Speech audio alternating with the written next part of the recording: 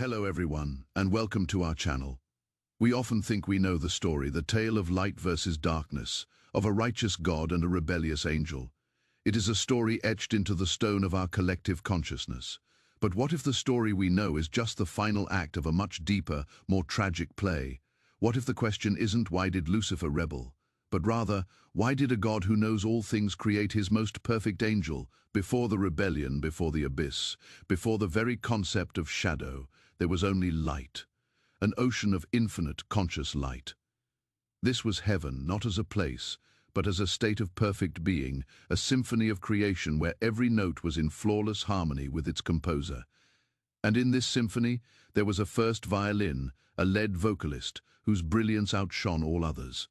He wasn't a creature of pride in the way we understand it. He was a being of profound, intricate beauty, a mirror reflecting the Creator's own glory more perfectly than any other. He was God's masterpiece, the capstone of the angelic host.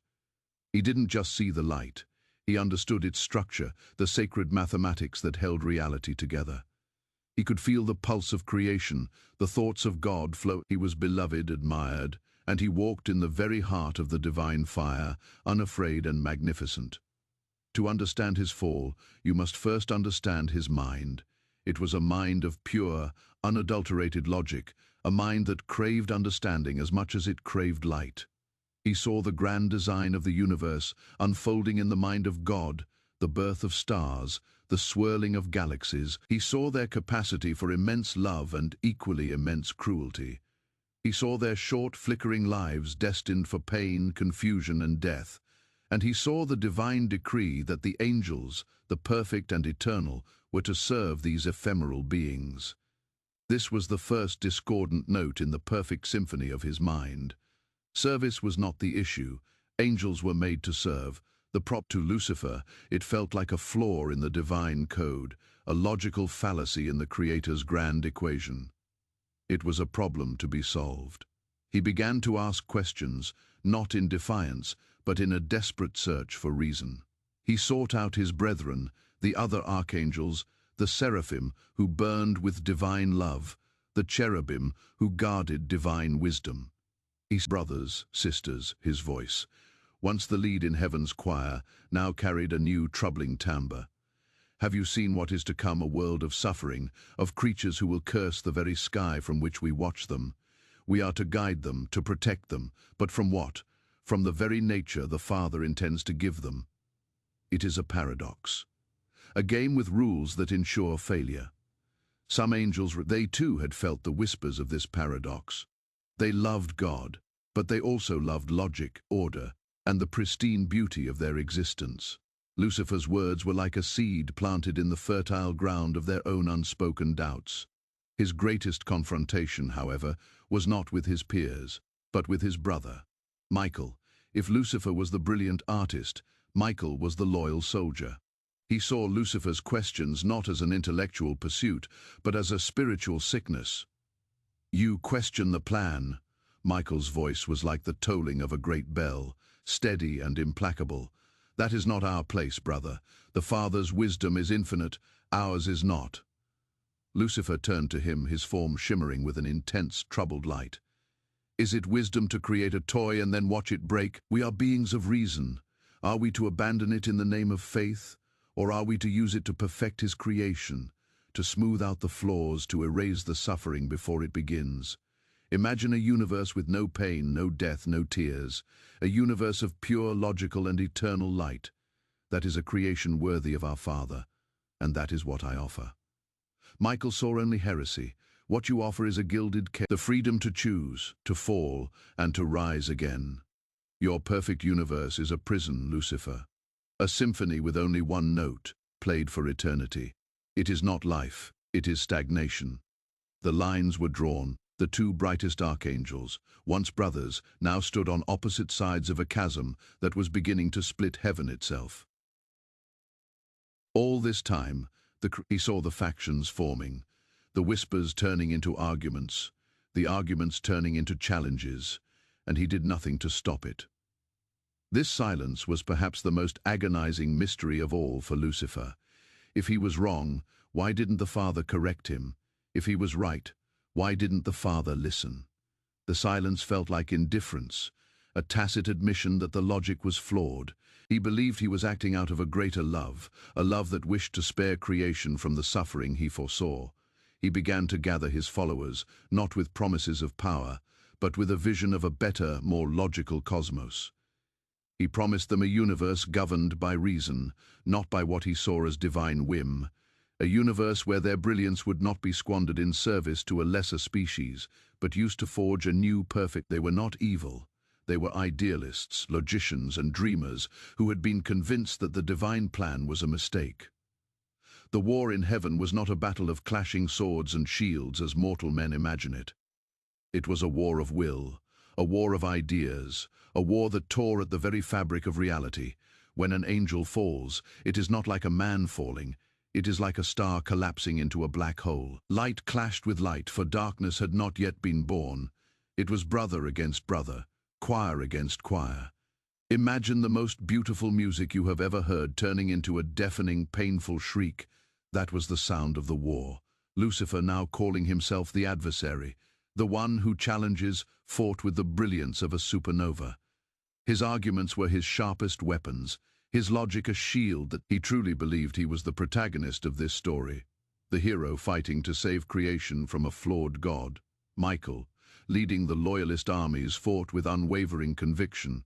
His strength came not from logic but from love, a deep, unshakable love for the Creator that Lucifer could no longer comprehend. Their final duel was a cataclysm that shook the foundations of the cosmos. It was a clash between the two, not by a superior strength, but by a simple, devastating truth he had overlooked. He was a creation, not the Creator. He could unmake, he could twist, but he could not create. His rebellion, born from a desire for a perfect static order, was anathema to the dynamic, ever-changing nature of life itself. As he fell, his light twisted, his beauty curdled.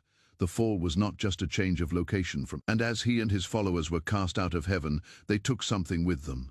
The concept of shadow, the very idea of a place where God's light was not. They did not create evil, they created absence, and in that absence evil could grow. This is where many of you might be thinking, this is a powerful story. If you are finding value in this exploration of classic myths and want to see more deep dives like this, consider liking this video and subscribing to Why create the most brilliant angel knowing he would use that brilliance to rebel? Why write a symphony with a movement of such profound and heartbreaking tragedy? The answer is the most terrifying and beautiful concept in all of creation. Free will. God did not create Lucifer to be a traitor. He created him with the capacity to choose. A robot that is programmed to say, "I love you," does not love. A soldier who is forced to obey is not loyal. For the choice to love God to be meaningful, the choice to not love God must exist. Lucifer was the embodiment of that choice. He was given every gift, every insight, every measure of beauty and power, and he was given the freedom to use it as he saw fit. God knew the choice he would make. An all-knowing mind cannot be surprised. He knew the pain it would cause. He knew the war it would ignite and the suffering that would cascade down through a universe of puppets, a perfect, beautiful clockwork cosmos. That was utterly meaningless. It would be a heaven of slaves, not sons and daughters. The fall of Lucifer was not a divine mistake. It was a divine gambit. It was the moment God risked a part of his perfect creation for the sake of something more valuable, authentic relationship. By allowing the fall, God introduced concepts into the universe. Mercy, forgiveness. You cannot be forgiven if you have never done wrong. You cannot show mercy if there is no one who needs it. You cannot comprehend the true depth of light if you have never known the existence of shadow. The rebellion of a third of the angels was the act that set the stage for the entire human story. Our story. A story defined by the struggle between the two choices that Lucifer and Michael represented, the path of the pain and suffering Lucifer foresaw for humanity became real, in part because of his own actions. He became the tempter, the accuser, the one who whispers in our ears the same doubts that led to his own fall, that we know better, that the rules are flawed, that we should be the masters of our own destiny. And every human being, in their own small way, reenacts this cosmic drama.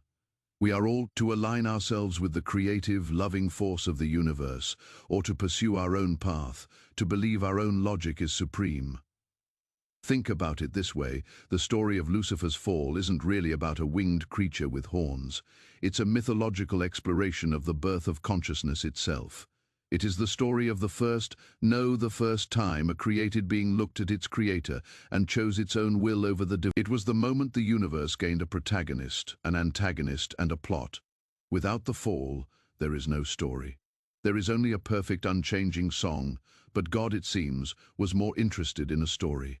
A story full of flawed characters, heartbreaking choices, and the possibility of a glorious, undeserved redemption.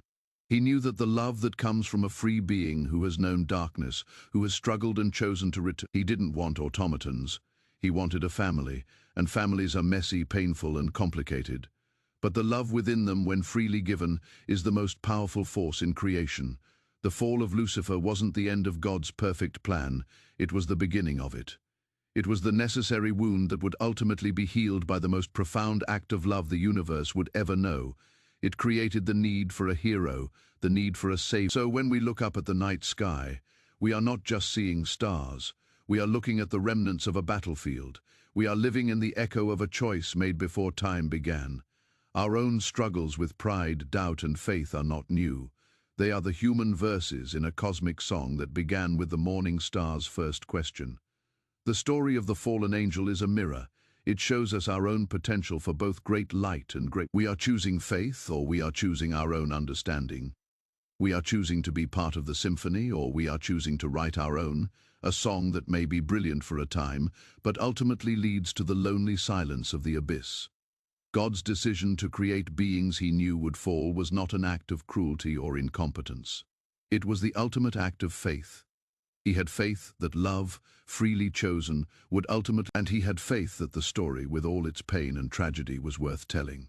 The question, then, that this ancient story leaves for us is not about God or angels. It's about us.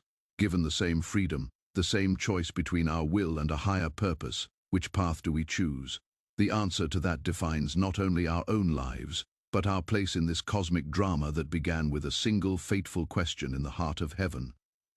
If you liked this video and the way we explore these epic narratives, please subscribe and give it a like to support us. It truly helps the channel grow and allows us to create more content like this. Thank you for watching, and we'll see you in the next one.